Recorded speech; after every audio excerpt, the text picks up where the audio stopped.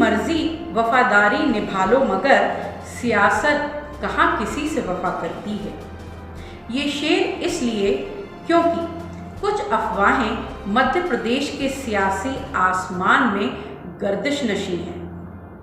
अफवाहों में कुछ सवाल हैं कि आखिर क्या वजह है कि शिवराज सिंह चौहान ने उपचुनाव जीतने में पूरी ताकत झोंक दी है।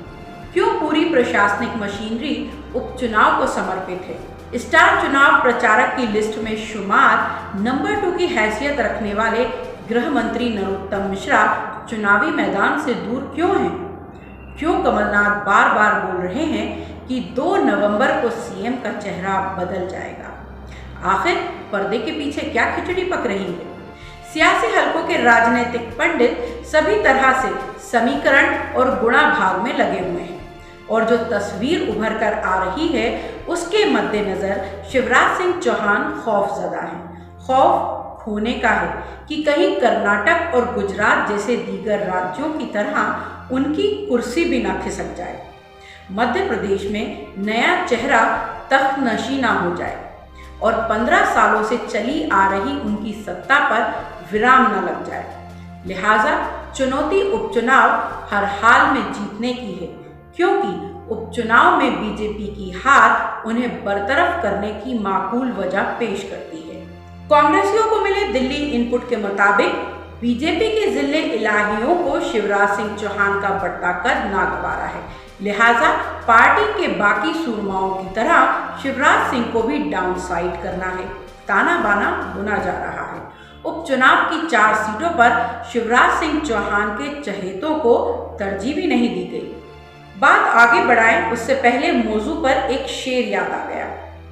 राजनीति में सियासत के कई रंग देखे, रिश्तों पर हावी होते सियासी ढंग देखे। राजनीति के खेल में न कोई है सगा, राजनीति के खेल में न कोई है सगा। बाप बेटे को एक दूसरे की काटती पतंग देखे।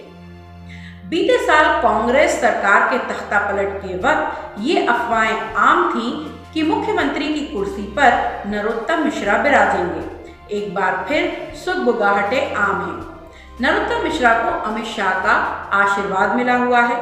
राष्ट्रीय कार्यकारिणी में सदस्यता भी मिल चुकी है। उससे पहले पश्चिम बंगाल चुनाव में प्रभारी की जिम्मेदारी भी निभा चुके हैं। घड़ी की सुई को थोड़ा उल्टा लें तो आखिरी विधानसभा चुनाव में बीजेपी के हार के वक्त ही प्रदेश में बीजेपी की एक लॉबी एक्टिव थी।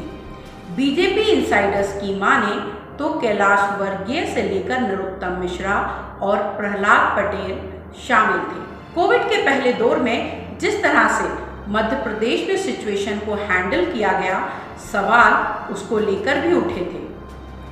पिछले साल भी कैलाश विजयवर्गीय की राज में नरोत्तम मिश्रा से लेकर कई लोगों के साथ अलग अलग बैठक हुई थी। जब कमलनाथ की सरकार मझधार में थी तब भी भोपाल में बीजेपी दफ्तर पर ऐसे नारे भी सुने गए थे कि हमारा नेता कैसा हो, नरोत्तम मिश्रा जैसा हो। हालांकि बीजेपी की ओर से ये सफाई बार बार दी जाती रही और राज्य में शिवराज खेमे के नेता भी लगातार ये बोलते रहे कि शिवराज ही सीएम थे, हैं और रहेंगे। लेकिन राजनीति में परमानेंट कोई नहीं होता, कुर्सी भी किसी की वफादार नहीं होती। ऐसे में शिवराज क्या तलवार की धार पर सत्ता का समीकरण साध रहे हैं, ये अभी नहीं कह सकते। लेकिन ये जरूर कह सकते हैं उपचुनाव के नतीजे बहुत हद तक ये साफ कर देंगे कि आगे की राह कैसी रहने वाली है। इसलिए मेरा मानना है जितनी भी मर्जी वफादारी निभा लो मगर, जितनी भी मर्जी वफादारी निभा लो मगर सियासत कहाँ किसी से वफा करती है। तो अगर अब तक आपने टाइम 8 मध्य प्रदेश सब्सक्राइब नहीं किया है तो सब्सक्राइब कर लें और चैनल को लाइक, शेयर और फॉलो करना ना भूलें।